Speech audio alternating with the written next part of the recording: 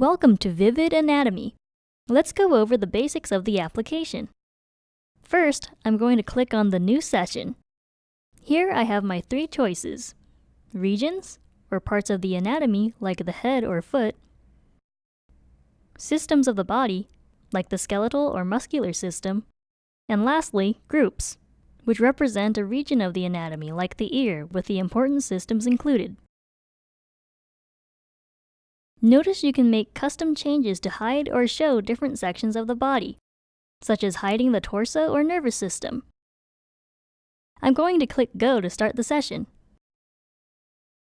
To orient the model, I can use the right stylus button to zoom in and out. I can use the front stylus button to virtually dissect the model. Notice you can see the model from all different perspectives.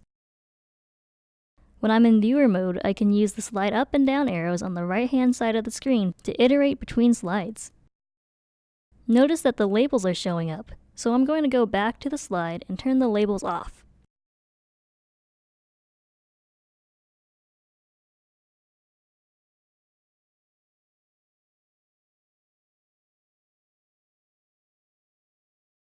Notice how I've jumped to an important feature to students, which is the quizzing capability. The following quiz is multiple choice. The author could have also added other options like the object pick, or labeling, or assembly mode quizzes. As I move through the quiz here, you can see it flashes green when I get the answer correct, and red when it's not correct.